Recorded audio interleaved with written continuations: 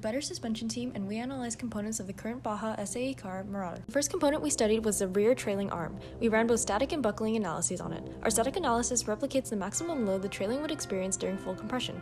A fixed hinge represents the pivot point of the trailing arm, while a roller slider models the trailing arm being able to slide due to the contact between the tire and the floor. The loading is the compressive force from one of the shocks. Our second iteration passes with a safety factor of 1.2. We also ran a buckling study to verify that our trailing arm would yield before it buckles. Using the same boundary conditions and loads, we found that the factor of safety was 22. Because the safety factor for the static study is lower, the arm will yield before it buckles. Running simulations on our trailing arm allowed us to locate weak points in our trailing arm design and reinforce them. A closed-form solution modeled by a square bar revealed that the maximum bending stress experienced by the trailing arm was 220 megapascals.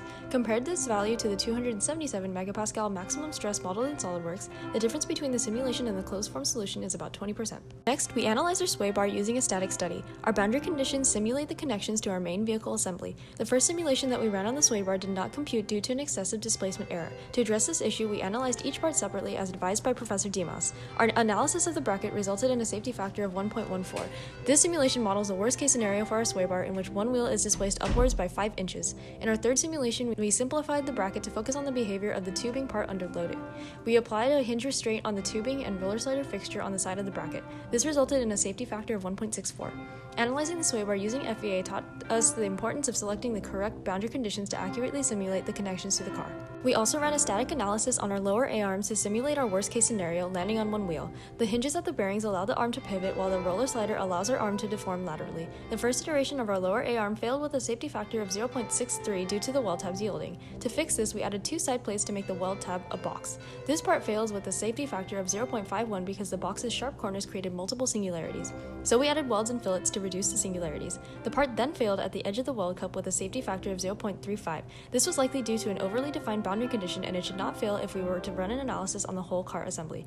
Using FEA, we were able to improve our lower A-arm design so that it does not fail at the weld tabs. For our upright, we simulated the same worst-case scenario as our lower A-arm. There is a fixed geometry on all lower pickup bolt hole surfaces and a roller slider fixture on all upper pickup bolt hole surfaces. We assume that the suspension system has reached maximum travel, so the lower tabs are fixed and the upper tabs can slide. Our first simulation concluded that the maximum von Mises stress experienced by our uprights was 7,768 megapascals.